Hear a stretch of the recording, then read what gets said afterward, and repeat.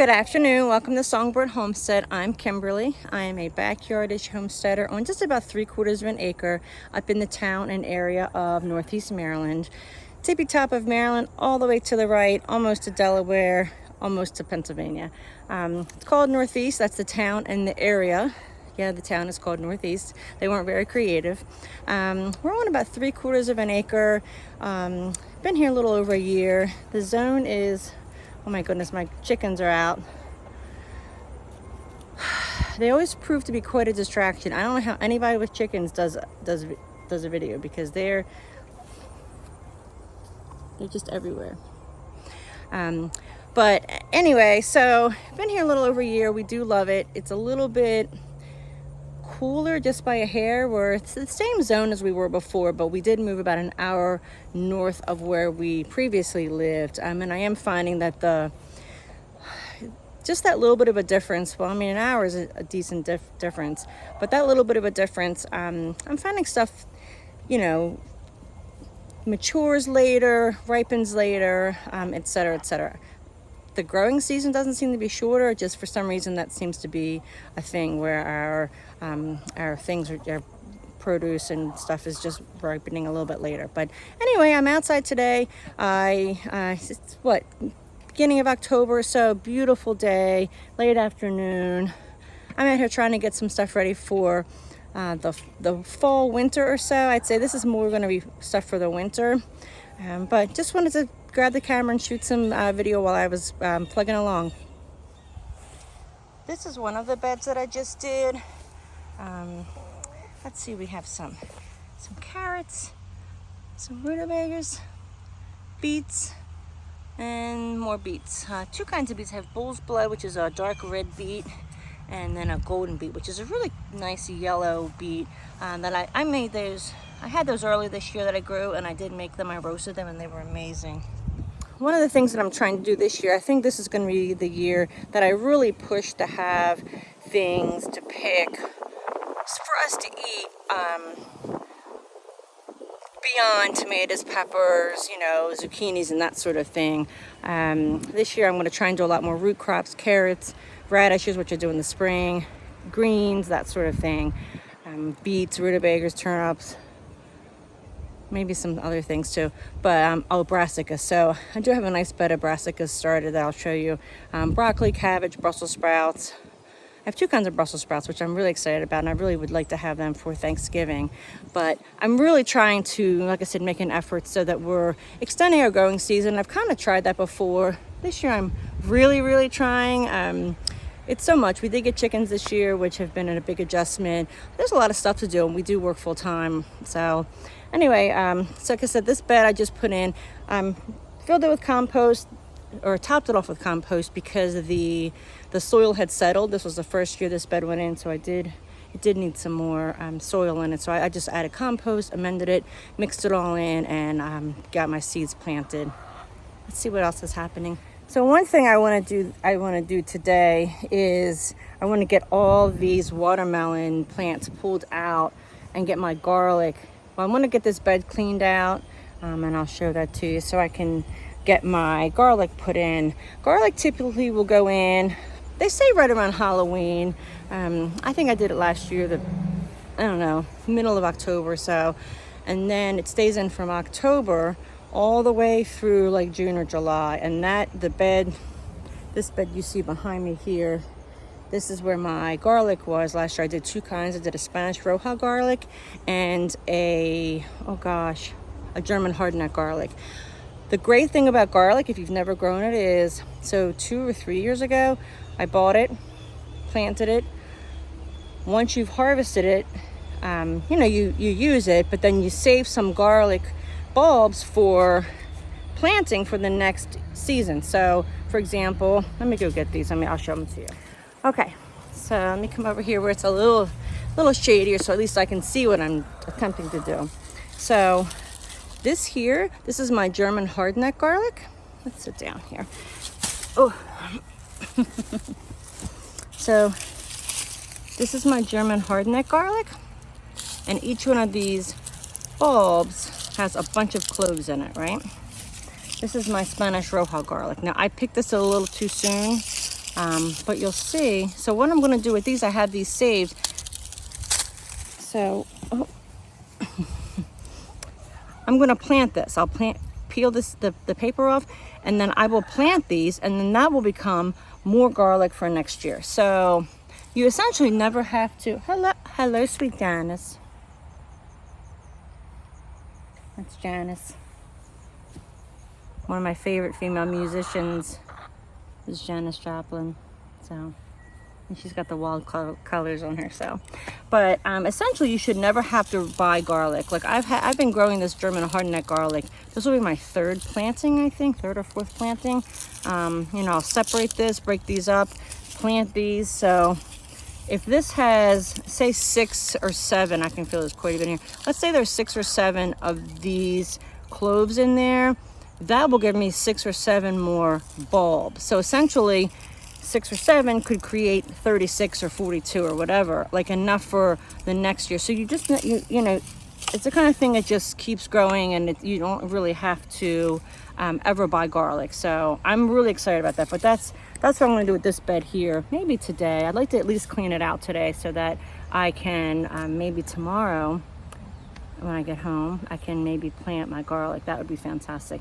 You know, with working full time, it's important to budget your time. I have to I have to be very strategic about my time. You know, I usually get home, you know, late afternoon, just about early evening. I don't know, it depends on the day. But I usually have some time left out of the day. You know, some daylight left. It's still not getting dark until about 6:30 or so here. So I still have some time left. So, but I do have to be on it. I have to know what I'm going to do so I can come home and do it. So I'm hoping today get this bed cleaned out, and then maybe tomorrow get my garlic planted. But we'll see. So I want to show you guys one of my winter beds that I'm doing. This is my my brassicas. So that's my broccoli. I have cabbage, broccoli, and 2 kinds of Brussels sprouts planted. Yeah, this is going to hopefully be my most successful year with this, right? Here we go. This is my cabbage bed. I've got cabbage here. You can see this. I did put that netting on. I thought I put it in time, but there was a cabbage worm. Now this has been like this for a little while, and it hasn't gotten worse, so I'm thinking the cabbage worm is gone. This is my cabbage bed here. This is my red one, as you can see. So I think the net is working. This is broccoli, if you've never seen broccoli grow. So basically the broccoli will grow up out of here in the middle. It'll keep getting leaves in the center, and eventually it'll start to form like little tiny buds that are actually like flower buds. And that's the part that we eat, the dark broccoli part, the dark part, that's actually buds. If you let them go long enough, they'll actually bloom. Yeah, so you'll see I had to replant these. I had to pull some of them out. That's actually not the right date. That was the original date. Same thing over here. This is my Brussels sprouts.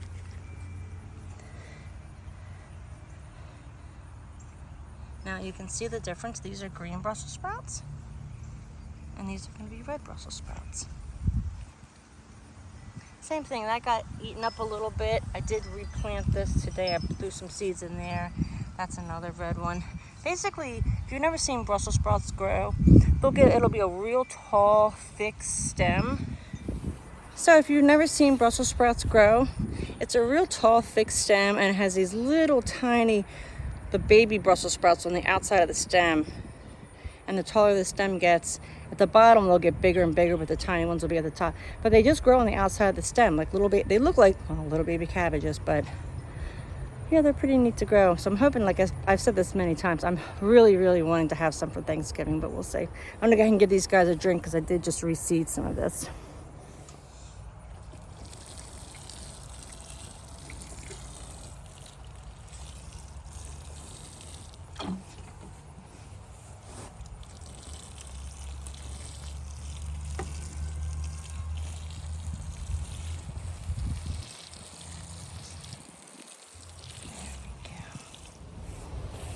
So one thing I didn't grow this year, which I'm really disappointed in, is pumpkins. I really wanted to grow pumpkins so my grandson could come over and pick himself a pumpkin. I'm going to put that high on my list of things to do in August.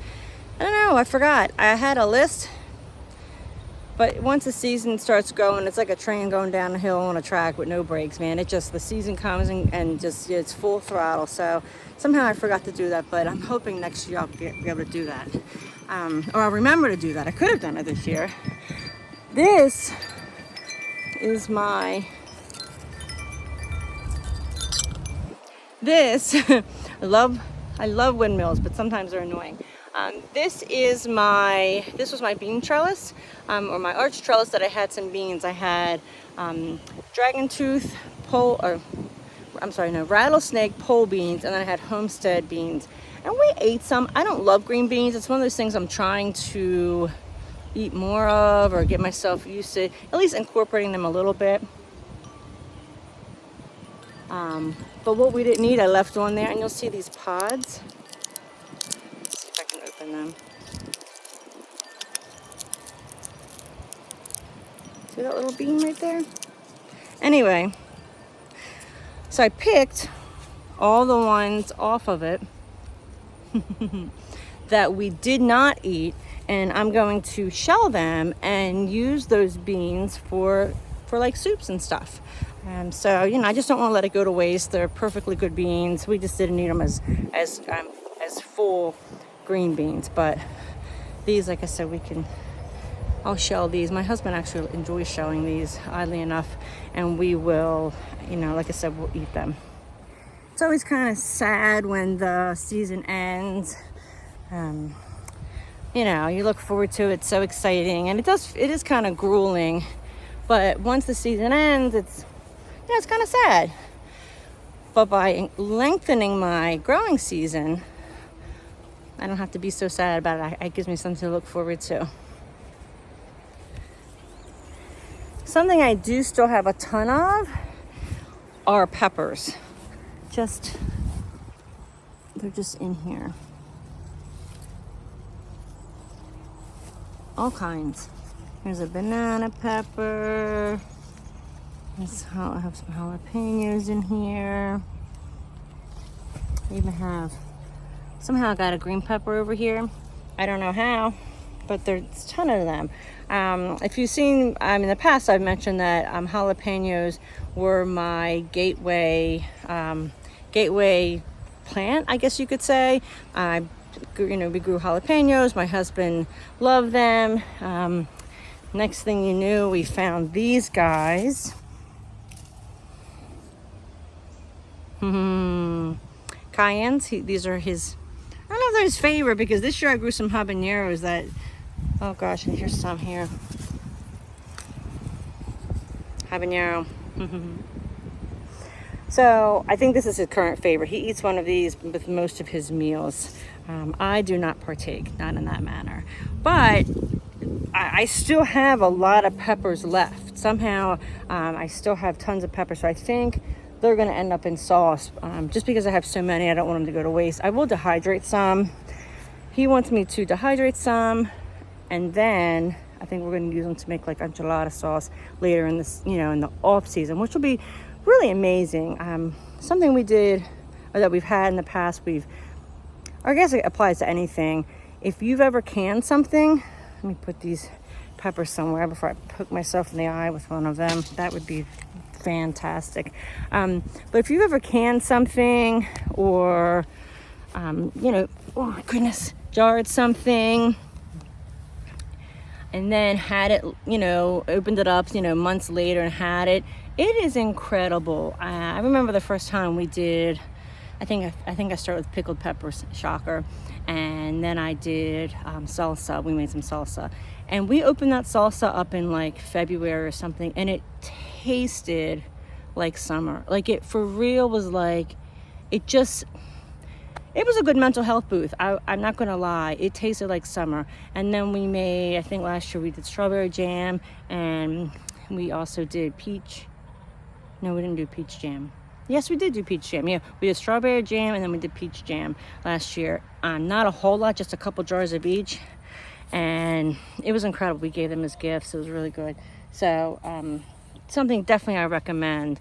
So if we could dry those peppers, dehydrate them, make them into a powder, and then turn them into a sauce later, you know, in the off season, it would be really, you know, there's so many benefits to this lifestyle. You know, sourcing our stuff local. I don't use any chemicals at all. We do compost. You know, like I said, I put compost in here. I'm going to have to figure out how to keep my girls out of that, because they definitely notice that organic matter in there. It's a natural attractant. It's so healthy, and they know it. I know it. Like I said, we don't use any chemicals, not pesticides, not herbicides, not fertilizer.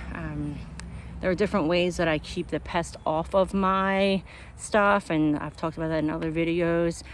You know, hand picking is one, early detection with anything else is another. But, you know, I just really like knowing that our food doesn't have any chemicals on it. I made oatmeal cookies the other day, and I used our eggs. I used butter from a guy that has there's a cattle farm. They do beef, you know, and that kind of thing. So we get butter from them. So I used our vanilla. And I have homemade vanilla that I made myself. So I had a homemade vanilla. I had our grass-fed, you know, butter that's from local cows. I had our eggs, and then something else, whatever, I don't know. But I'm not exaggerating. When I tasted, just to taste the batter, I couldn't believe the difference in the ingredients, because it was mostly local, mostly fresh. They were oatmeal cookies. The oats weren't local. They were, you know, store-bought oats, whatever. But it was incredible, just the difference, you know. And that, you know, if I have 3 or 4 ingredients that are local or that I've grown, that those things don't have chemicals in them, that might be half of the ingredients in a dish that I'm making. So I'm cutting that sort of intake by half. So plus I enjoy coming out here. You know, the fresh air, the sunshine is definitely really, really good for you. The vitamin D I'm getting, you know, detoxing from, of course I have my phone in my hand, but just detoxing from social media and society and all of that. You know, we have an election coming up, and you know, I'd rather be in my backyard than out there talking about politics, that's for damn sure. But anyway, just a little video to say hi. Like I said, I'm just pitter-pattering around. I got my trusty watering can, you know, so just wanted to say hello and, you know, just do a little run through my yard. I am saving seeds. Try and do that today. So today I still have to clean out my garlic bed, figure that piece out. I'm not sure what else. I have this big pile of stuff that I pulled out from this bed that, you know, I have to throw in the compost, maybe cut that up, make some dinner. I don't know what time it is, but you know, that sort of thing. So happy you guys stopped by. It's always a pleasure. Again, I'm Kimberly at Songborn Homestead, and I hope to see you again soon.